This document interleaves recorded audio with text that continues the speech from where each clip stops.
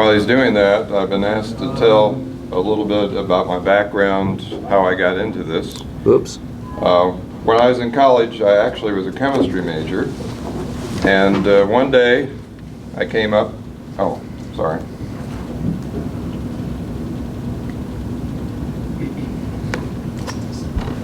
You just want to stick that in your pocket or on your belt, whatever. Putting on the belt there. I'm not going to put it in your pocket for you. Tight knit group here. I'll just put it in the pocket. So anyways, I came home from work, and we only, in the canyon in Sierra Madre, California, there was very limited parking. And so this is the skunk story.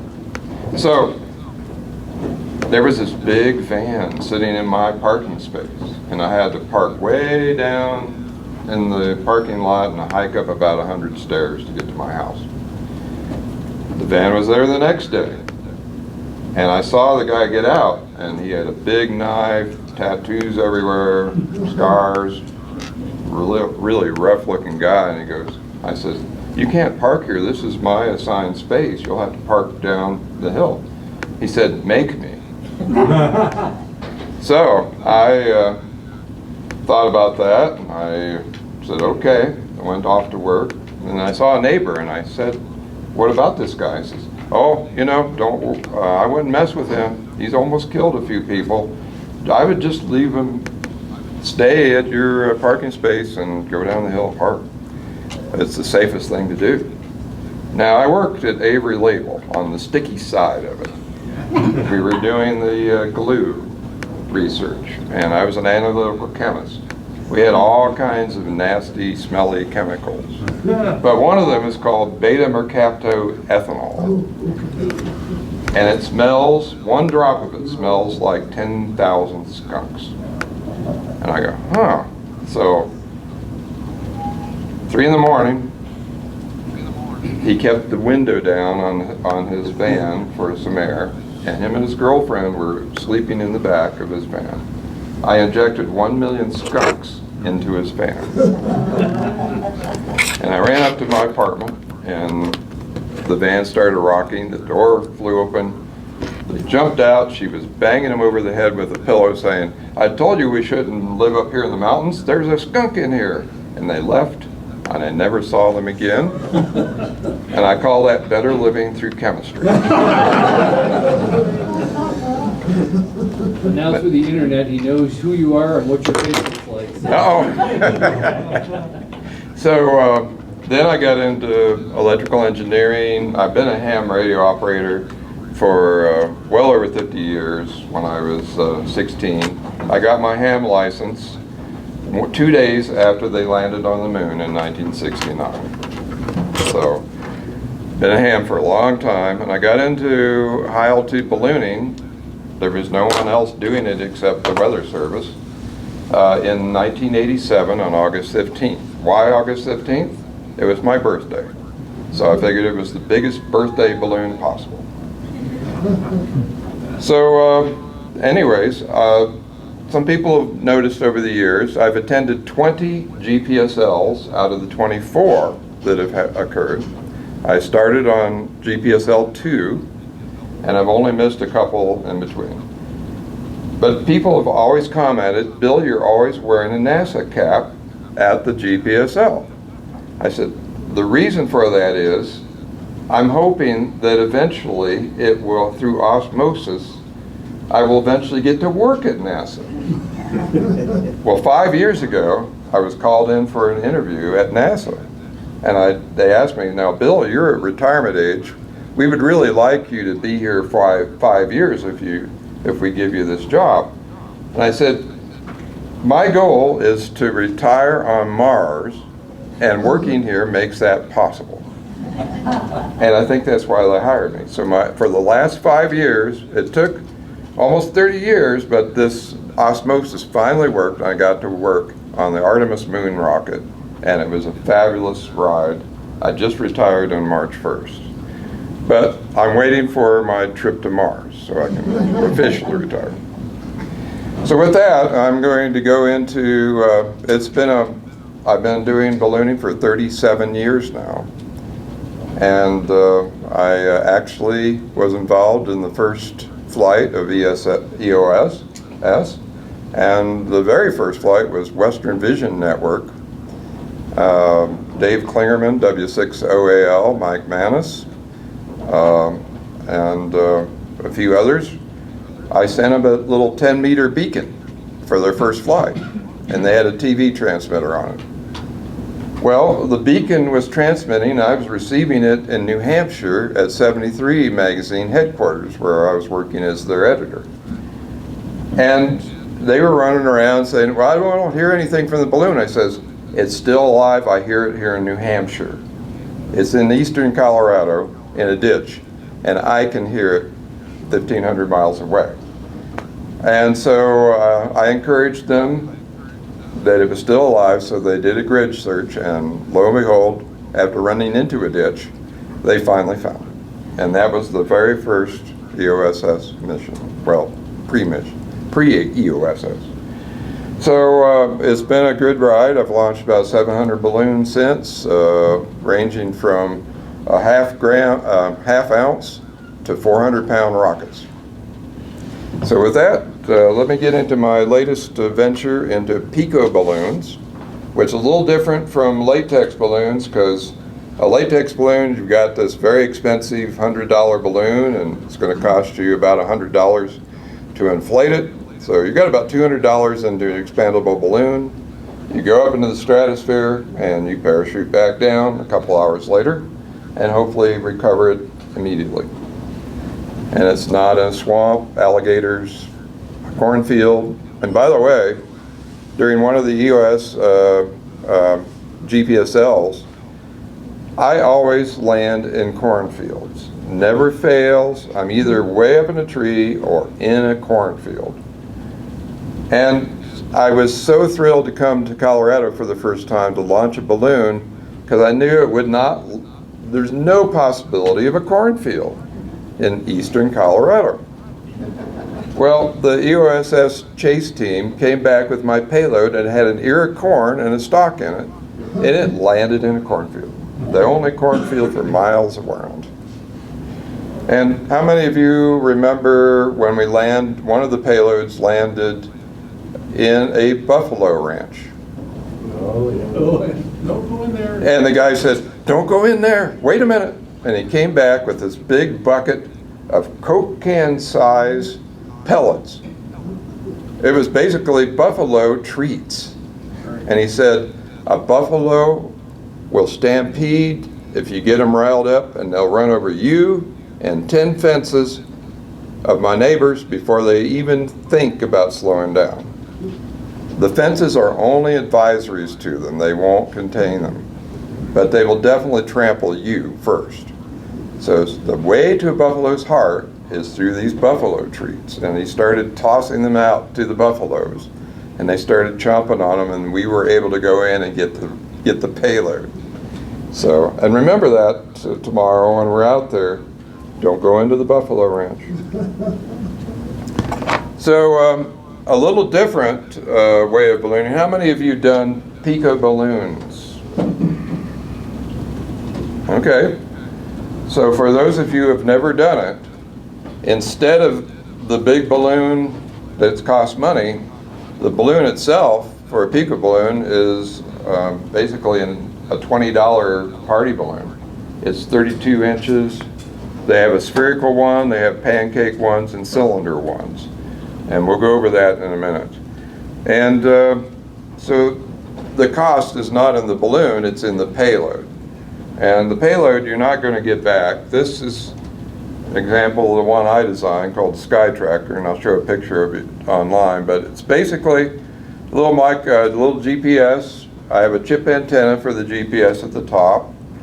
Atmel 328P microcontroller, which I program with the Arduino IDE development system. And but I program it through a little pogo plug. There's no header. There's just 6 pads. I have a spring-loaded pogo plug, and it saves on the weight of having a header on it. Because When you're doing Pico balloon payloads, you want to keep it under a half an ounce. So we're trying to keep it under about 15 grams. So no batteries, although some people have tried flying batteries, but they tend to freeze out pretty quickly in the evening. We use super caps on the back instead. There's 2 super caps on the back. That's 1 farad, 2 1 farad super caps. They're only 3 volt rated, so I had to put them in series. So I have a half farad there on the back, and that weighs less than a gram for those two super caps. And then I have a little clock synthesizer and a reference oscillator.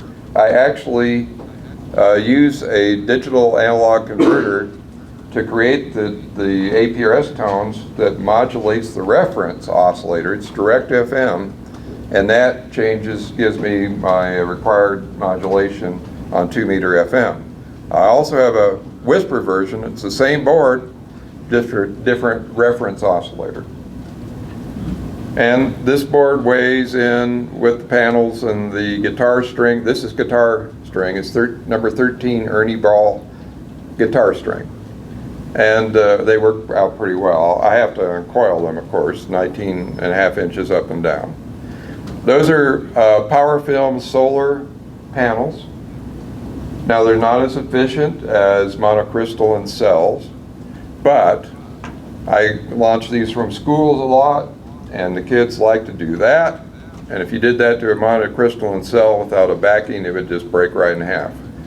And usually I let the kids launch them, and they always bang into the ground first, so they're pretty rugged. And they produce a nice voltage. These are rated at, I can get about 4.5 volts at 30 milliamps, constant current drain on that.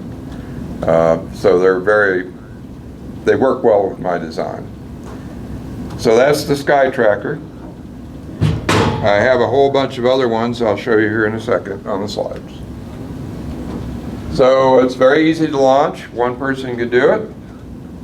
And the only drawback is you want to make sure you have a light wind day and not a lot of cloud cover, and make sure there aren't any storms in the area, because they can be knocked down on the way up. I'm going to go through some of the whisper payloads that are out there.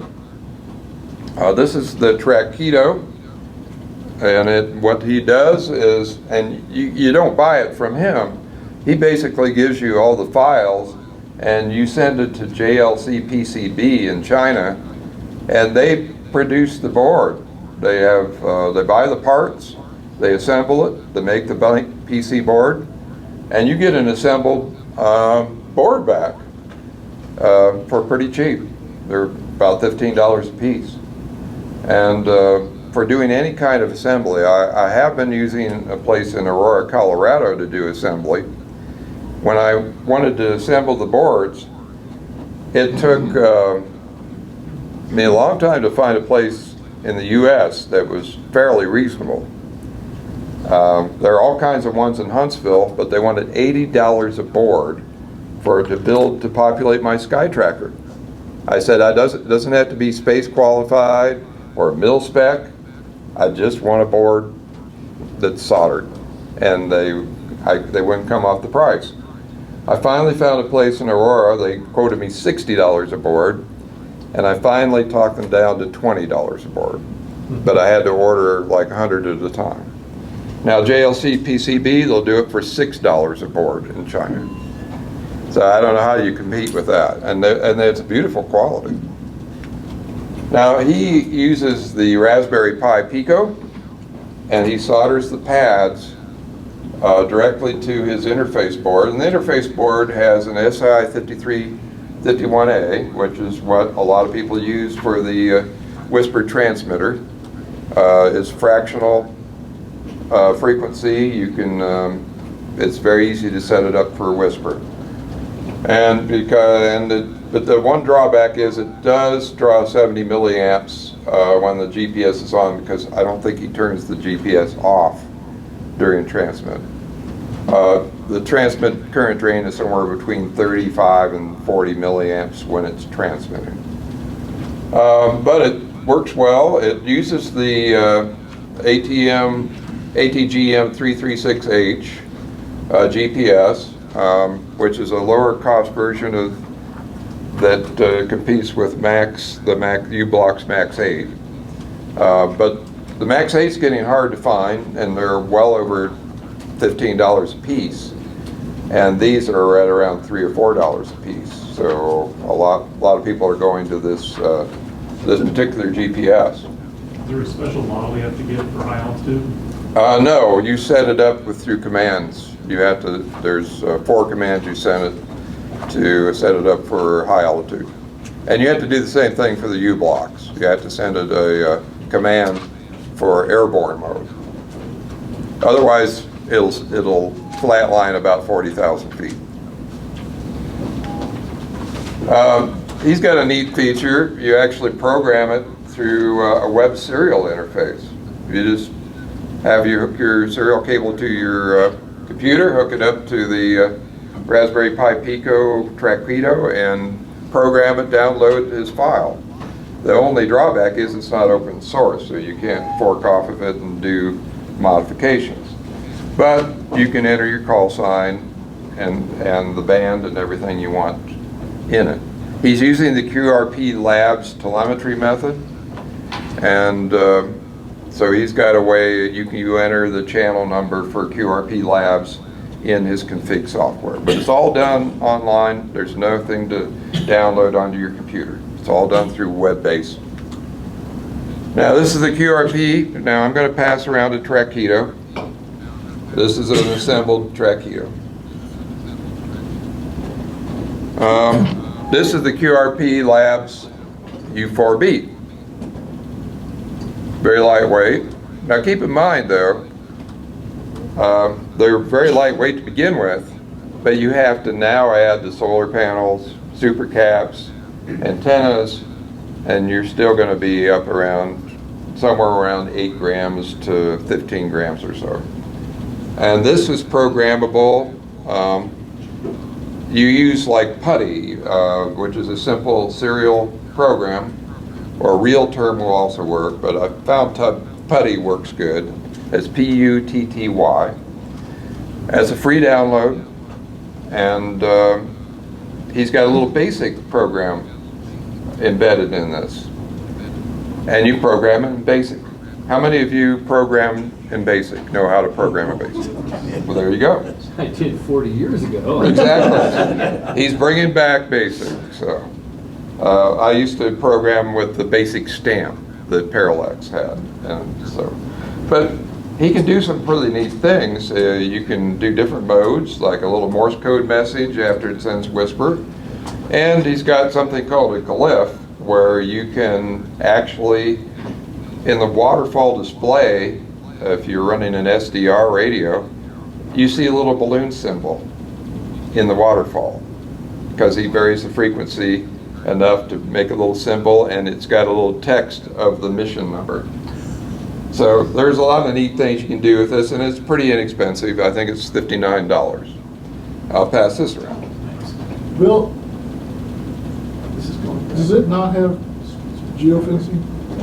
This one does not have geofencing, but I know somebody just recently posted a way to add geofencing to this in the basic code.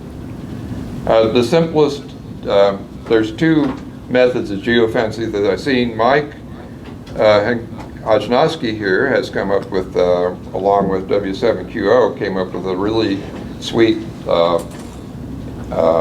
integer-based version of point and poly. And basically you draw a polygon around your country that you don't want to transmit over. And yes? Is there a reason why it uses such a big USB header? The U4B? He did that for cost. The original ones had a really tiny one. He breaks that off.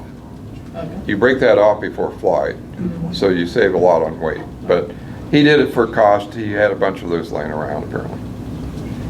So I actually preferred the smaller USB connector he used to have. He used to have just the standard little mini. So the geofencing in the point and poly works well because you just draw a line around, and if you're within that box, that polygon, it'll give you a 0-1. If you're within it, then you just don't transmit. And it also is useful when you're flying APRS payloads in different countries, because there are 10 different APRS frequencies, national frequencies, in countries around the world, particularly in the southern hemisphere. Russia is 144.800. Americas are 144.39. So you have to draw boxes around everything and say, am I within that box? Then switch to this frequency. And my Sky Tracker will switch to different national APRS frequencies. In fact, China, Korea, and Japan have 3 different frequencies, but they're only 20 kilohertz apart. I don't know why they didn't agree. So I have to do that on everything, and I don't transmit over 3 countries right now. There are others that might be a little iffy in the future, but right now I don't transmit over North Korea, Yemen, and can anybody guess the 3rd country? South Korea. Great Britain, the United Kingdom. I hear their regs are going to change. Oh, that would be good. I think they're going to allow, I don't know when it takes effect. You, as a ham radio operator in Great Britain, you cannot fly amateur radio airborne. In a kite, or a drone, or a hot air balloon, or an airplane, or a high altitude balloon. It's a holdover regulation from probably World War II, but it's been around for years. And so out of courtesy, I always stop transmitting when I go over Great Britain. Because the UK hams, when they do their HAB flights, they have to go to license-free transmitters like LoRa or anything on 434 UHF frequencies and low power. That's what they have to do.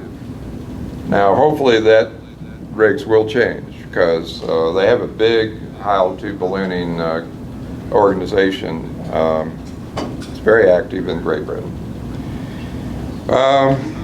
So, the other way of doing geofencing is to just take the 4-digit grid squares that mask over that particular country and say, am I within one of those 4-digit grids? And don't transmit. It's a little blocky, but it works. And in fact, that was the one that they recommend. The guy posted, a fellow in Great Britain came up with that idea. This is my Sky Tracker I just showed you. Basically, you have to make it as light as humanly possible when you're flying a Pico balloon payload, and then make it even lighter. You have to do that. Make it, the PC board on my Sky Tracker and Zactec here is 1/3 the normal thickness of a PC board. I have to special order that at JLC PCB. I can't even get them that thin in America. I can get a half-thick board for $37 a board for the blank PCB, and JLC costs $3 a board for the thin boards. Osh Park, is that expensive for the half-thick? Well, Osh Park gets them from China. Yeah. Exactly. So this is I wanted to mention also that the students I've worked with at University Alabama Huntsville, they have a space hardware club. They have over 100 members, and they have a balloon sat team, they have a robotics team, and a rocketry team. And they do a lot of outreach flights all over the region to high schools and middle schools, doing balloon launches every season. And some of the students came up with a great idea, because one of the students is big and he's a meteorological student. He wanted really high resolution pressure, temperature, humidity from Pico balloons. And so he came up with this. It's the PTH board. It weighs about 0.8 grams. It's got a pressure sensor, humidity sensor, and a thermistor on it. And I've been prototyping that onto my next version of my Whisper board. And I've actually flown it once. just before coming here about 3 months ago. The balloon failed and it sat in the treetops of Georgia for 3 months, transmitting every day on 10-meter whisper. So I was monitoring the atmospheric conditions in Dublin, Georgia, remotely, and it was being received in all over Europe and all over the United States on 10-meter whisper. So this is called the PTH board. I believe they'll be offering this for sale. I'll probably handle the sales for them, but I'll pass this around. Just be a little careful not to touch the thermistor itself. But we'll probably try to make this available to people. It is available through, all you do is supply power and an I2C interface. And there's a couple of Arduino routines that they will supply with it to show you how to interface with the sensors on it. I got very high resolution data off of that. And they have flight tested this against an actual RS-41 radiuson, and all the way up to 100,000 feet, it compares very well. That particular pressure sensor works well up to 10 millibars and beyond. It's a little difficult to interface, but it's like a 24-bit A to D unit. This is my new version of the Whisper board, SkyTracker, showing how I attached the PTH board to it. And that's the flight that I sent to the treetops of Georgia. And this is my newest Whisper board, Whisper 2, SkyTracker 2. It's got, it doesn't usually have the SMA connector. I do that for testing. And this is a little serial interface so I can do my debugging. So I left it on there, but this will, and I'm using that new ATGM 336H GPS. I'll pass that around. So that's the SkyTracker 2.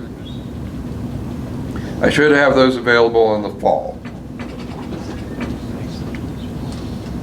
Zactec. This is an older Zactec, and it's a similar circuit. He's got the supercaps, the microcontroller, and the SI5351A. Most everybody uses that sort of combination. It's just a little bit different configurations in the power distribution and the solar panel attachments. George. And Harry in Scandinavia sells this. He uses the power film solar panels, and he has a very unique way of attaching them. I've been doing them horizontal, but he does it kind of at a 45-degree angle to get a little, try and get a little lower sun angle.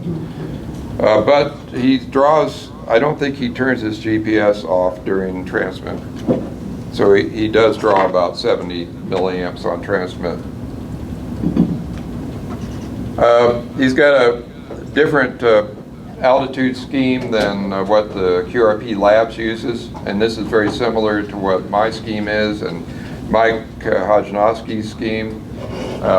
We basically use the Whisper only produces those levels of dBm, 037 up to 60, so it's not a continuous dBm power field. So there's only 18 to work with.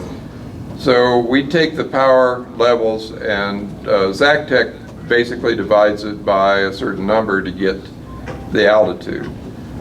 Ours, I would go 1,000, 2,000, 3,000, 4,000 meters in the same chart. But that's how we get the course altitude in the single frame of a Whisper frame.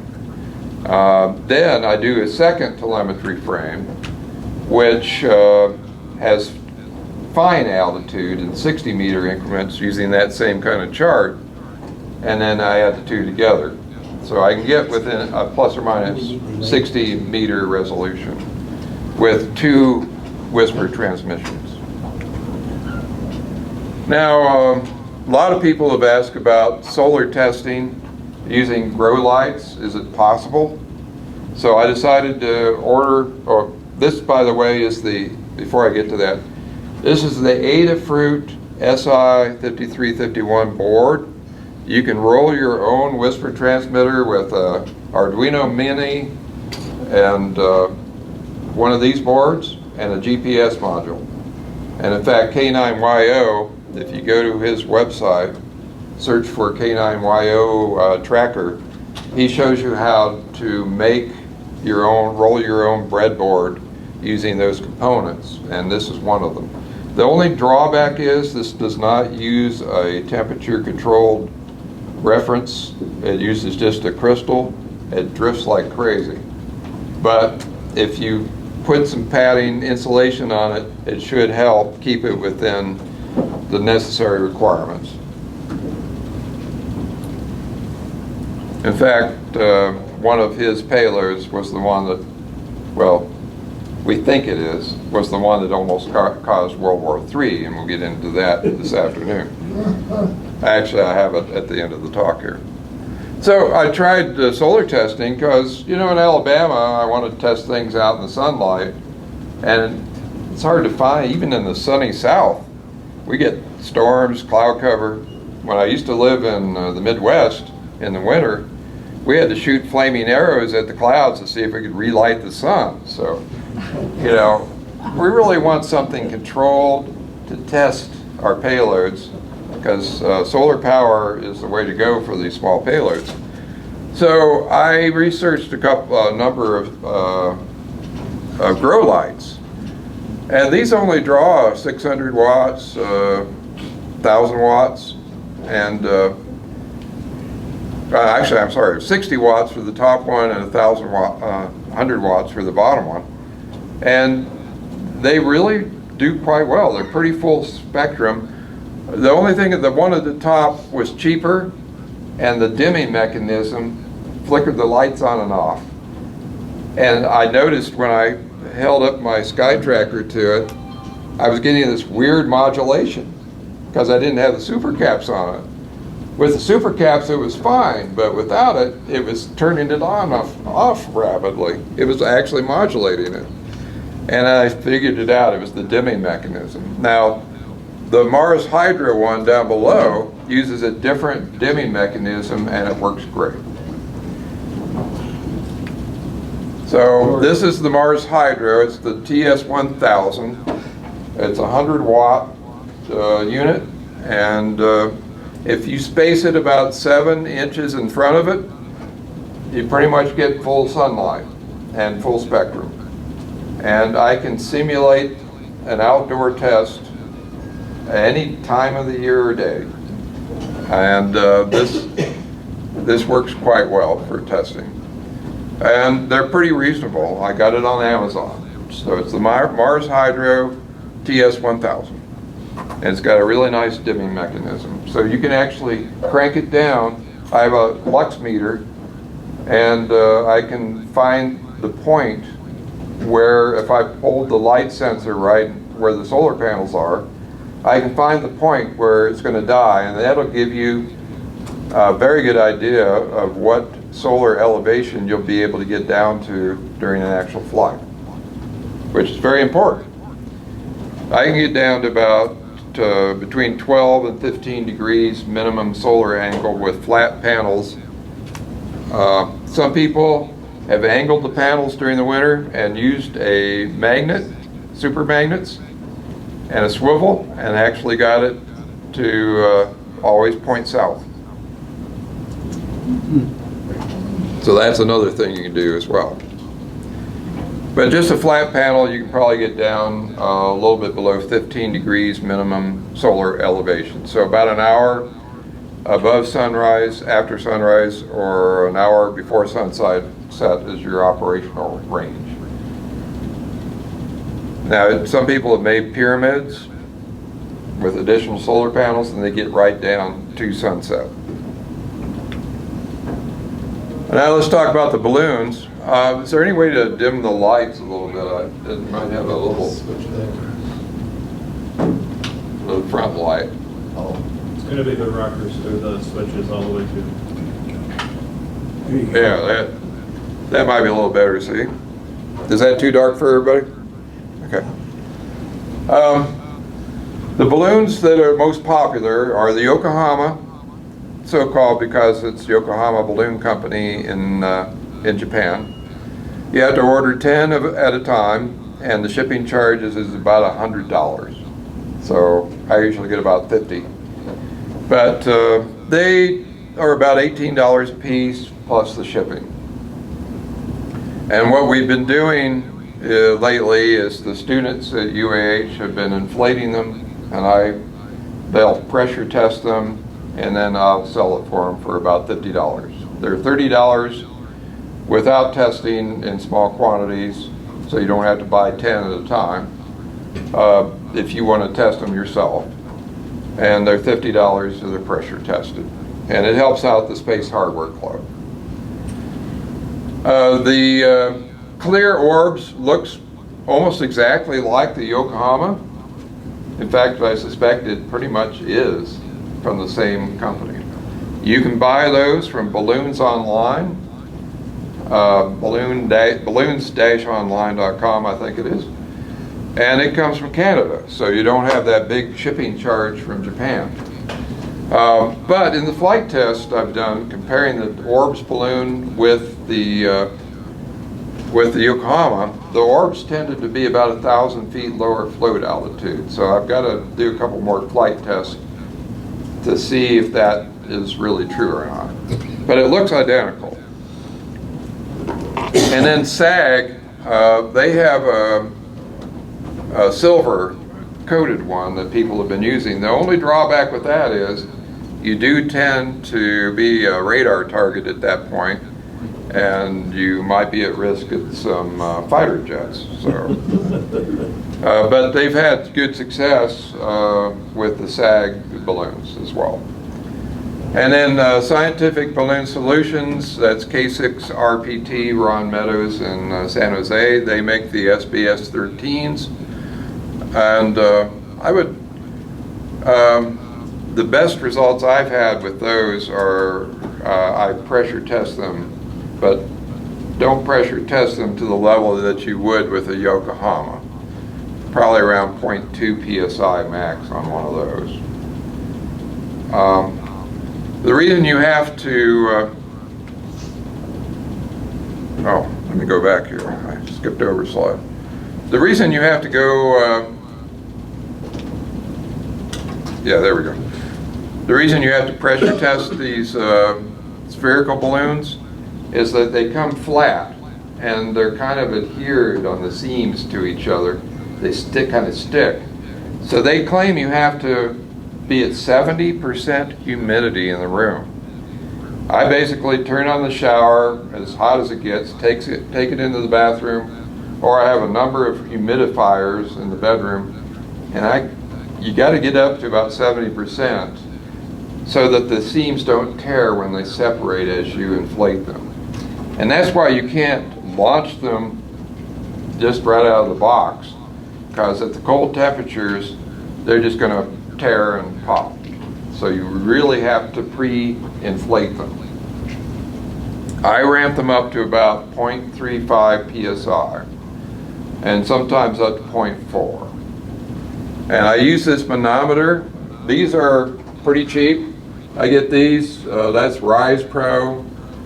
It works great. It's a little digital manometer. I get it from Amazon.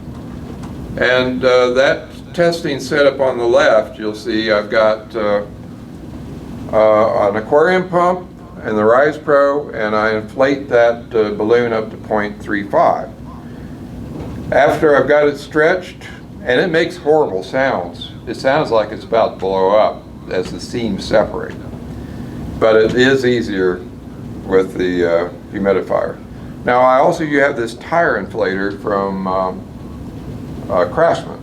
It's a $70 from Lowe's Craftsman tire inflator that has a vacuum port. It's digital, and I do the last bit of testing because it's hard to get it with the aquarium pump. That's a 60-gallon aquarium pump. It's hard to get it up to 0.35. I can get about 0.2 with an aquarium pump.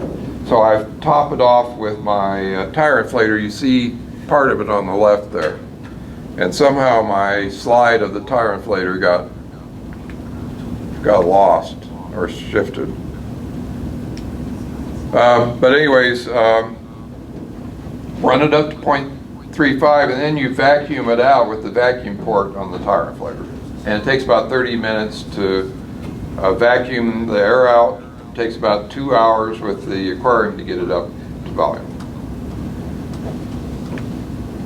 And that's my humidifier that I use. You see it's at 76%. We actually the students did a chart based on empirical testing. They actually took a few of these up to burst pressure in the lab. And there's the sweet spot that you want to hit. You want to be between 0.2 and 0.5 internal PSI pressure for a super pressure Pico balloon. If you exceed that in the top range, you're in the risky range. You might get a little longer flight out of it if it survives, but that is risky. And you hit the red range, it's likely to pop.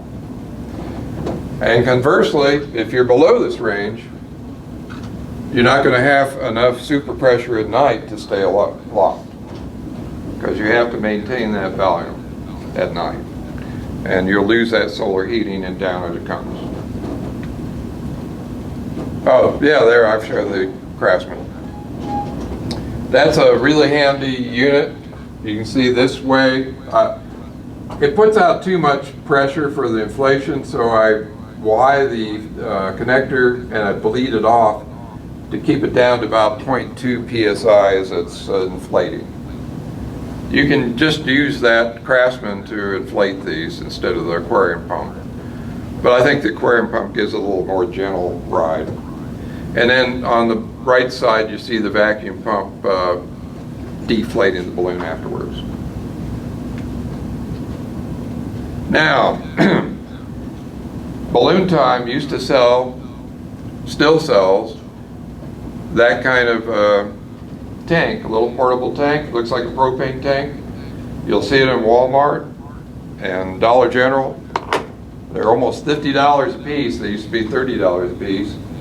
And what they've done is to make it more environmentally friendly, as they quote say, and they've added air. It's 80% helium. And I actually suspect it's a little less than that. We just had a flight use that Balloon Time stuff from Walmart, and instead of floating at 38 to 40,000 feet, they floated at 25,000 feet, and they didn't stay up long. So I found on Amazon a company that claimed to be pure helium, well, it's probably 98% or 99%, called Party Factory.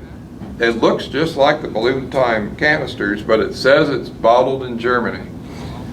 And we tested it on 2 flights recently, and it works great. It really is good helium. And it's $60. It's $10 more than the Walmart stuff, but this will get you there. And it's very lightweight. It's got 14 cubic foot in it, and that's enough for at least 3 Pico balloons, maybe 4.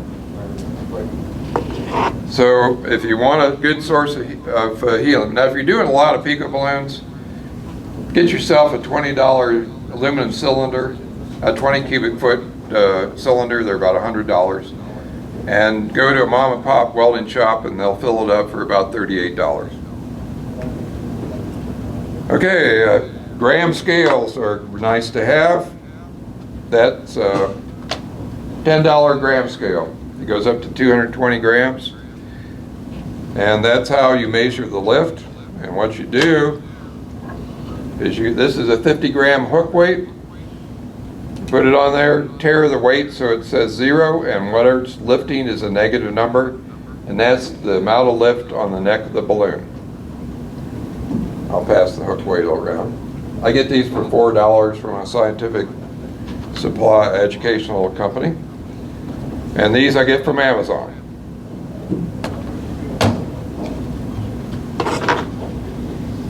But always handy to have if you got to keep it as accurate as you can. You want to be within a gram of your final lift. to achieve the amount of free lift, which is typically for a Yokohama balloon and a 12-gram payload is somewhere around 6 to 7 grams of free lift. That's above the lift of the weight of the payload. Payload plus free lift is your total lift that the neck of the balloon should lift. So instead of pounds that you're used to in latex balloons, we're now talking grams. And these are a couple items that are handy to have. If you're using that balloon time or that party factory tank, I found these really cool 3D printed adapters that will go over that rubber nozzle of the helium tank and reduce it down to a swell hose. And in fact, here's the my filling hose.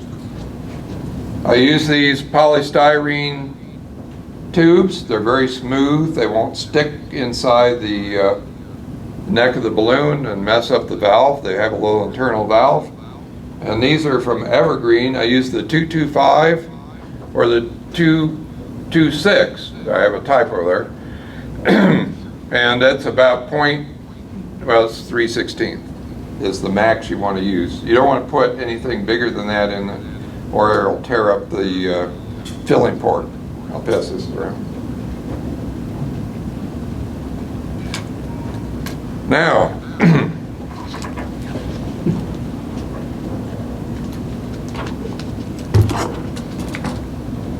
hole punch. Those are handy to have. I use the little 1/8" hole punch. Punch a little hole at the bottom of the fill port to hook the hook weight in to measure the lift. Bill, could we turn the lights back on? Yes. Yeah. Thank you. Good. Okay, is that good? Yeah. All right. Thanks.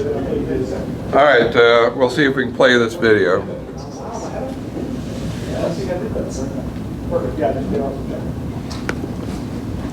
Do we have sound with it? The video is not playing.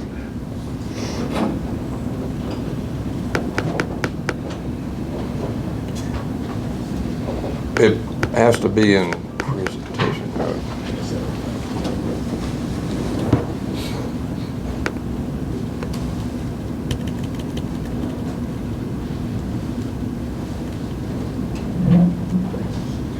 We did a launch at the Dayton Hamvention of 2 Pico balloons, and 13-year-old girl on the right, college student on the left, and we did it from the food court.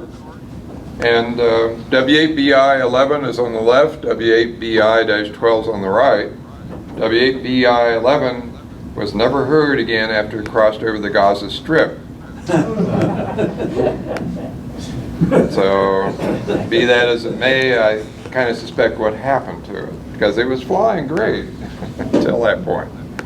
W8BI, however, 12, went around the world once in 2 weeks' time, and went around for another almost lap, and 350 miles from completing its second lap around the world after being a month in the air, it hit a severe thunderstorm over Iowa and landed just south of Pella. And Mike and Jim went out and searched about a 20-mile area for it. I'm hoping a farmer will find it, because I do have a backup recovery system, which is my email address.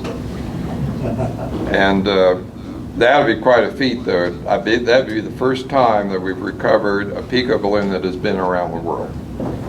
Mike, you almost did it. You came within a mile of it, but couldn't find it.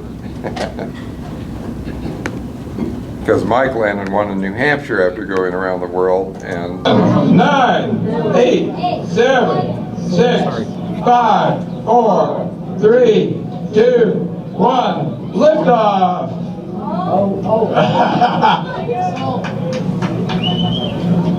There they go! They are transmitting nicely? Yeah, well, they should be. One's got 6.5 and one's got 7.2. They don't ram into each other. All right, thanks. 6.5 and 7.2, what, grams of lift? That was the free lift. Yeah. And one was the Orbs and one was the Yokohama. The Orbs is the one that got shot, well, possibly got shot down over Gaza It Strip. disappeared.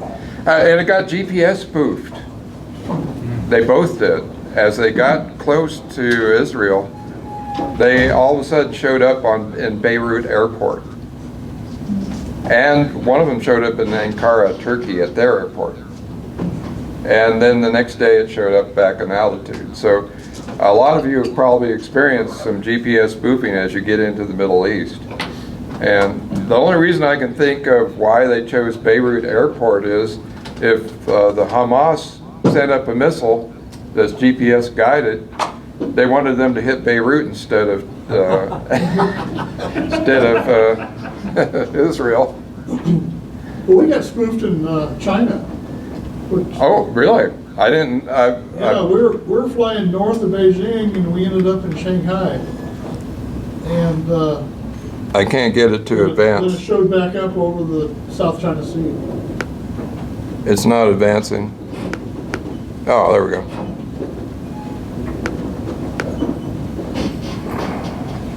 Sorry about that.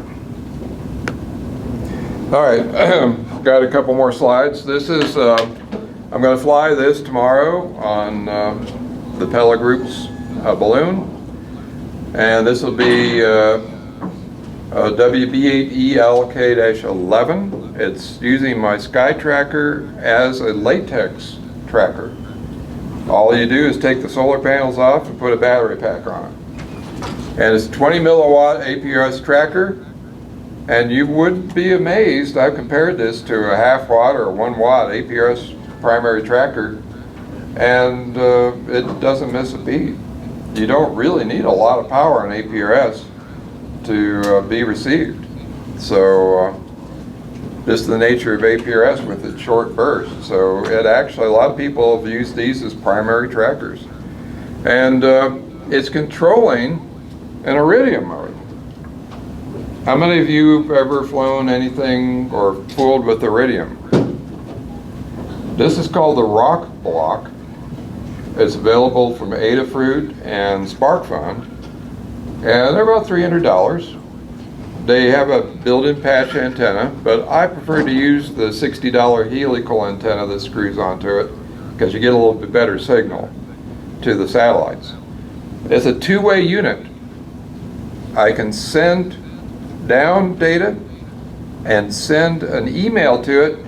I actually sent an email to release a glider in the stratosphere. So I sent an email, and 8 seconds later, a servo, it picked up the message in this modem in my balloon, activated the servo, and dropped the glider, all by an email command.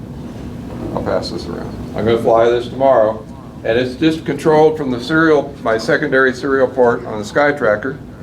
And I also have a interesting power supply using these 18650 batteries. Somebody asked about, remember the lithium sulfur D cells that we used to get in the military packs? Well, these are the next best thing. They're rechargeable. They actually use these in a lot of our small sats that piggybacked on the first Artemis moon mission that we flew. And this is the holder for them. I'll pass these around. It outputs 5 volts and 3.3. They have multiple jacks at an amp, 1 to 2 amps output. So, we'll see how that works tomorrow on Mike and Jim's mission here. And there's the battery pack. It's $13 from Amazon. And it uses the two, you have to put 2 of those batteries. So that I forget how much those cost, maybe a couple bucks a piece. Do you have much luck with the issue with temperature on those? They're lithiums. The 18650, not as bad as some of the smaller ones, but yeah. I ran a T-beam ESP32 with a 18650, and I didn't insulate it well, and it sagged right out and crashed. Well, So we'll if find you're gonna out. use those battery packs, I would suggest good insulation. Yeah, we have it insulated, but we'll add some to it. Bill, Yes. we flew some 123 lithium cells, and they exploded at altitude. In fact, it took about 6 months for that smell to get out of the payload box. The last time I've flown 9-volt batteries, just standard energizer batteries, never had a problem, but those 123s, for some reason, exploded. Yeah, I typically run the ever-ready L91s, the AAAs and the AA lithium primary cells. But I needed to put a regulator because the rock block doesn't have a built-in regulator. You have to do a very high power because it can draw up to a half an amp. So I couldn't find in time a 5-volt regulator, or I would have used my lithium pack for the AA cells with a 5-volt regulator. That's the one drawback with the Rockback. I rolled my own Iridium modem years ago that had the regulator on it and the microcontroller on it. And I may do that. If I get time, I'm going to build another one. And the Iridium, this is what comes down through email to you. It'll also send to a website if you have a web server set up. And it's a little expensive. It's $13 a month, and there's about 10 cents to 12 cents for every data transmission. But it also gives you a Doppler shift estimate of your position based on the Doppler shift of the Iridium satellites. Talk a little bit about WSPR, how the over-the-horizon telemetry works. When we did Antarctic missions, they were received on the opposite side of the world from Antarctica using 10 to 20 milliwatts output. So 10 meters in particular has been working very well. It's been open just about every day. This is the data you get from WhisperNet. We scrape it with a Python script, convert it to APRS format, and send it to SONTHUB, and APRS-FI. And it shows up as an APRS balloon on the track balloon tracking maps, all from a WSPR. So the WSPR data is scraped by the Python script, both transmissions decoded and sent out as APRS. And it works very well. All you do is run a little Python script on your home computer, and it goes and I have a little Python Anywhere. Anybody fool with that? It's an online service that you can write and test Python scripts and set up your own little web server. It's pretty cool. It's pythonanywhere.com.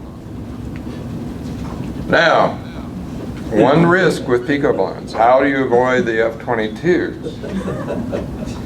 We are actually trying to educate the government, and there was a recent article which I will mention. I'll show the article in the panel discussion this afternoon, that the NORAD is actually using SONTHUB to track our balloons to determine if it's a foreign balloon or something that needs to be shot down, or a ham radio amateur Pico balloon.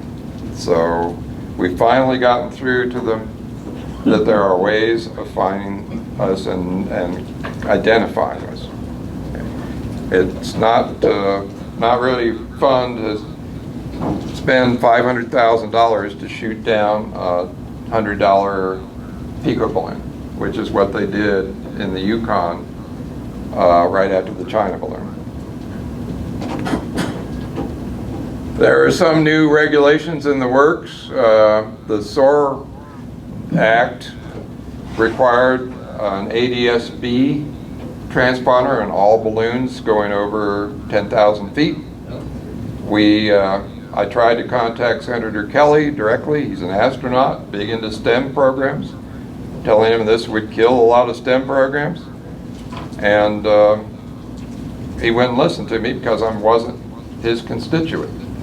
So I found NU-7B, a Pico ballooner, in his district in Arizona, and Steve Rector contacted them, got a discussion. We did a Zoom call with his aide that was working on this act, and we said, look, he's going to kill all kinds of programs.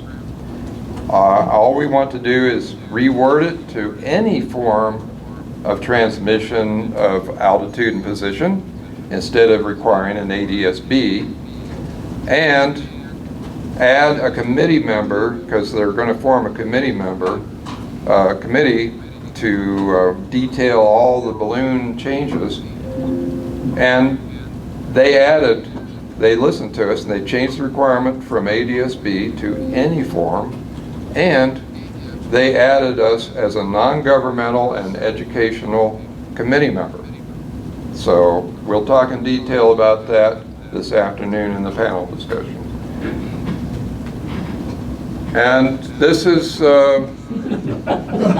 top secret slide I got, I'll probably get in trouble for showing this, but they were so embarrassed of spending $500,000 to shoot down a Pico balloon that they came up with this more cost-effective method. With that, any questions? It costs $2 billion. Any questions? All right.